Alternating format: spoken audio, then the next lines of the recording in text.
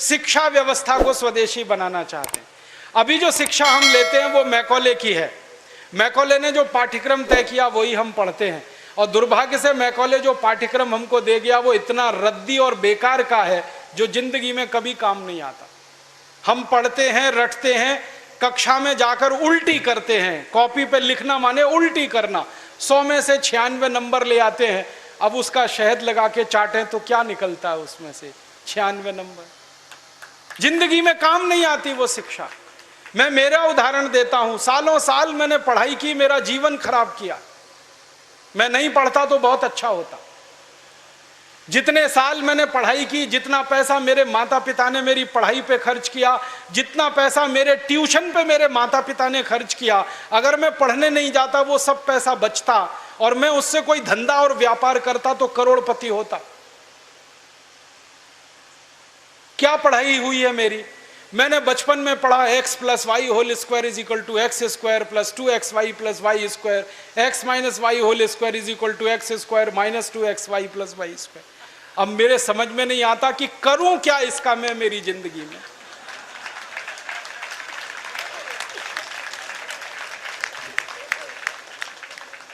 मेरे गणित के प्रोफेसर ने मुझको पढ़ाया, मैंने रटा, रट रट के दिमाग खराब किया, घंटों घंटों बर्बाद किए, किलो किलो कागज मैंने लिख लिख के खराब किए, और वो मेरी जिंदगी में आज तक काम नहीं आया। x + y होल स्क्वायर क्या करूं मुझे मालूम ही नहीं।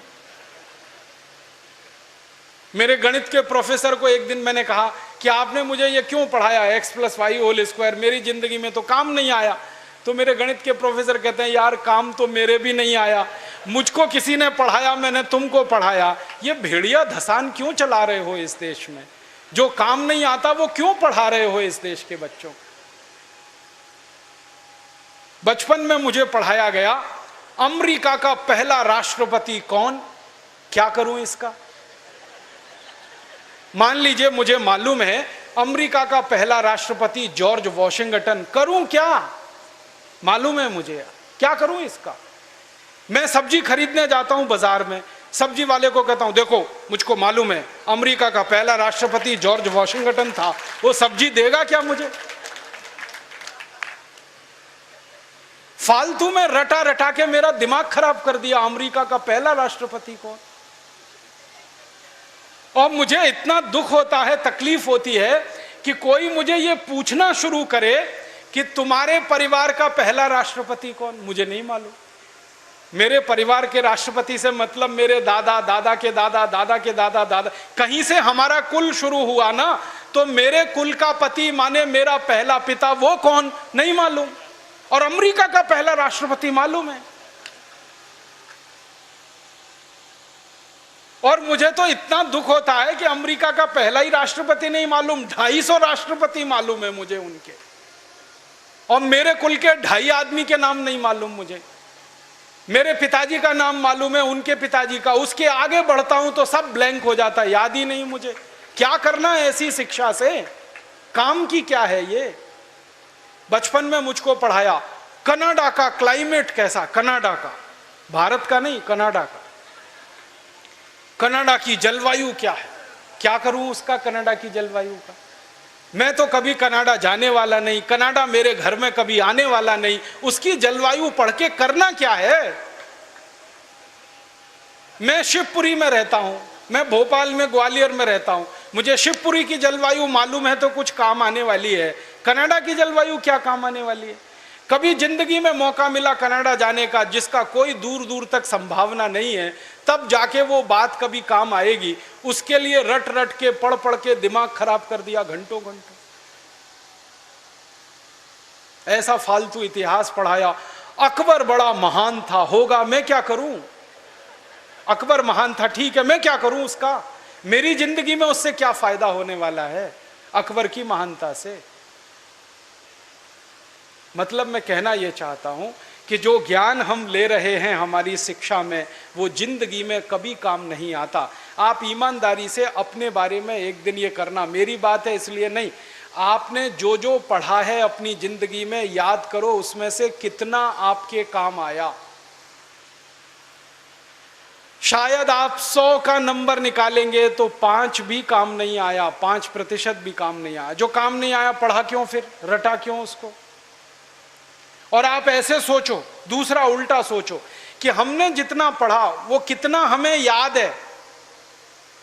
याद उतना ही रहेगा जो रोज काम आता है, बाकी कचरे को दिमाग निकाल के ऐसे ही फेंक देता है। जो याद ही नहीं रहे और काम नहीं आए उसको पढ़ना और पढ़ाना क्यों?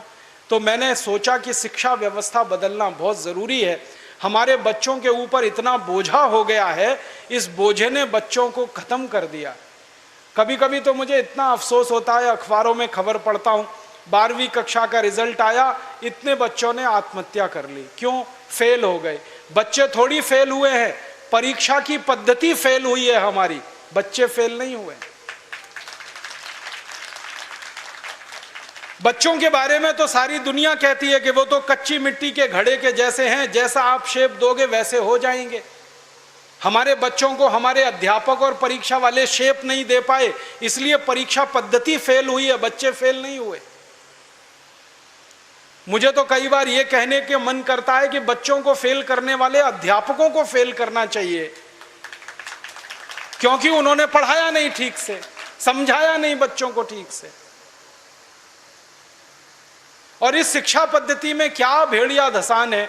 100 में से 90 नंबर लाओ, 99 नंबर लाओ, 98 नंबर लाओ तो आप बहुत होशियार हैं, 33 नंबर लाओ, 30 नंबर लाओ तो आप बिल्कुल बेकार हैं। न्यूटन को तो जिंदगी में कभी भी 30 से ज्यादा नंबर आए नहीं, बेकार है न्यूटन, वो तो सारी दुनिया में पूजा जाता है। कभी फेल, हमेशा ही फेल हुआ, पास ही नहीं हुआ कभी न्यूटन। स्कूल वालों ने निकाल दिया उसको कि हर बार फेल हो जाता है, फेल हो जाता है, ये पढ़ने लायक नहीं है। जब स्कूल ने निकाल दिया उसको, तब उसका दिमाग खुल गया और उसने गिरते हुए सेब को देख लिया और उसने गुरुत्वाकर्षण का सिद्धांत दे दिया। जो आदमी स्कूल में फेल हो गया था, अब सारी दुनिया उस पर पीएचडी करती है और उसके गुणगान करती है।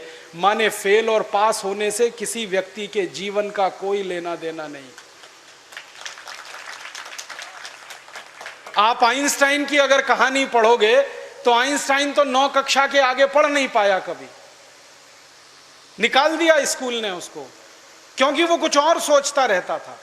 स्कूल ने निकाल दिया और निकालने के बाद सारी दुनिया में E=mc² का जो सिद्धांत दे दिया, सारी दुनिया उसका गुणगान करती है और एक ऐसे आदमी को पूछती है जो स्कूल में 9 क्लास के आगे बढ़ा ही नहीं। मतलब मैं कहना चाहता हूं, 9 पढ़ जाए, 10 पढ़ जाए, 12 पढ़ जाए, 16 पढ़ जाए, इससे कुछ लेना देना नहीं। ज्ञान जो है ना, डिग्रियों से नहीं तौला जाता। ज्ञान अलग चीज है, डिग्रियां बिल्कुल अलग चीज। मैं तो इसी देश की कहानी देखता हूं। धीरूभाई अंबानी 9 क्लास फेल हो गया, पेट्रोल पंप पे नौकरी करना शुरू किया और रिलायंस नाम का एक एम्पायर खड़ा कर दिया जो सारी दुनिया में 4.5 लाख करोड़ का है। 9 क्लास फेल आदमी 4.5 लाख करोड़ का एम्पायर खड़ा करके छोड़ गया।